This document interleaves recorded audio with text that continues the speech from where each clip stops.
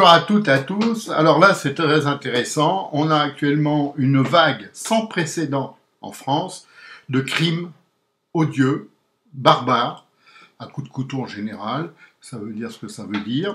Et à chaque fois, on a affaire à des gens qui ne se sont pas intégrés en France, même pour certains qui étaient déjà bien, mais vraiment bien connus des services de police et de justice, et même pour d'autres qui auraient dû quitter le territoire avec cette fameuse obligation de quitter le territoire français OQTF. Or, rien n'est fait, sauf, comme d'habitude, que dès qu'il y a un drame, un ministre, deux ministres, même parfois le président, se rendent sur les lieux, ont l'air contrit, disent qu'ils ne laisseront rien passer, et ensuite, on aura le droit à la commémoration habituelle, avec un bon et grand discours, vaseux toujours, toujours le même à peu près, et derrière, rien, rien et rien. C'est ça le problème, c'est qu'ils ne font jamais rien. Et ces gens-là, qui sont au pouvoir, à quoi ils servent s'ils ne sont pas capables d'assurer un minimum de sécurité aux citoyens du pays, quel qu'il soit. Or, on le voit bien, depuis pas mal d'années, à part donc faire des courbettes, à part faire de la repentance, etc., rien ne s'est fait de concret pour enrayer cette spirale de violence qui, aujourd'hui, dépasse tout. Parce qu'on vous dit, pour expliquer ceci ou cela, oui, mais ce sont des règlements de compte, ce sont des voyous, trafic de drogue et tout. C'est certes vrai pour certaines villes que vous connaissez, mais dans l'ensemble, sur le territoire, c'est faux. C'est faux. Regardez la petite fille qui vient d'être enlevée. On soupçonne le père, un Tunisien, qui était déjà soupçonné encore d'avoir tué sa femme, et qui était en situation, comme on dit à l'époque, irrégulière. Et ben le gars, si c'est lui, c'est dramatique quand même, parce que c'est un multirécidiviste, et du coup, il s'en prend à une petite fille. Bon, certes, c'est sa fille, je comprends bien qu'il veuille la récupérer, mais le vrai coupable, c'est qui? Ben, c'est le pouvoir. C'est lui le vrai coupable, celui qui a tout laissé faire.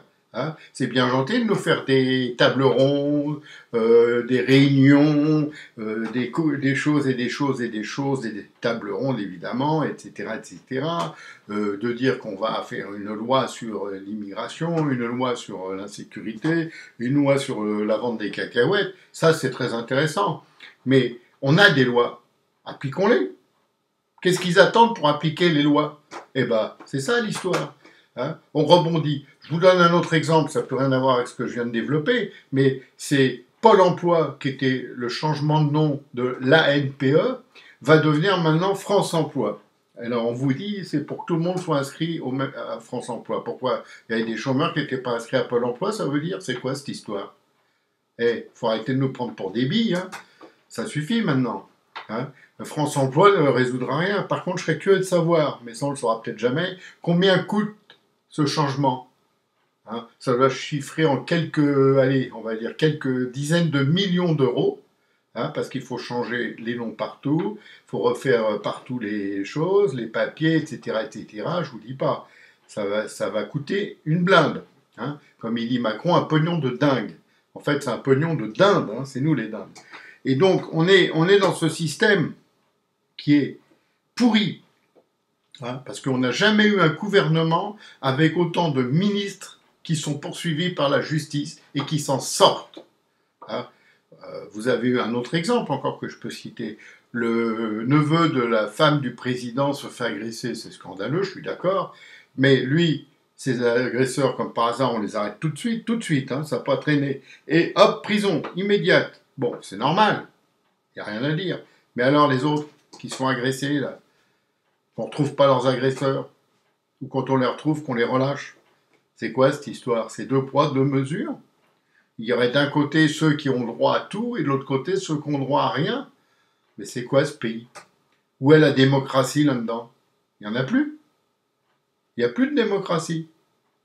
Nous, ce qu'on veut en tant que citoyen, c'est pouvoir vivre librement, tranquillement, et ne pas avoir à craindre pour notre sécurité, parce qu'il y a des espèces de Zoulous qui sont là et qui n'aiment pas la France et qui, de toute façon, sont juste là pour en profiter. Il faut arrêter avec cette histoire de racisme, là, tout ça. Ça suffit, là, maintenant. Ça y est, on a fait le tour. Hein. Le racisme, il vient d'un côté, comme par hasard.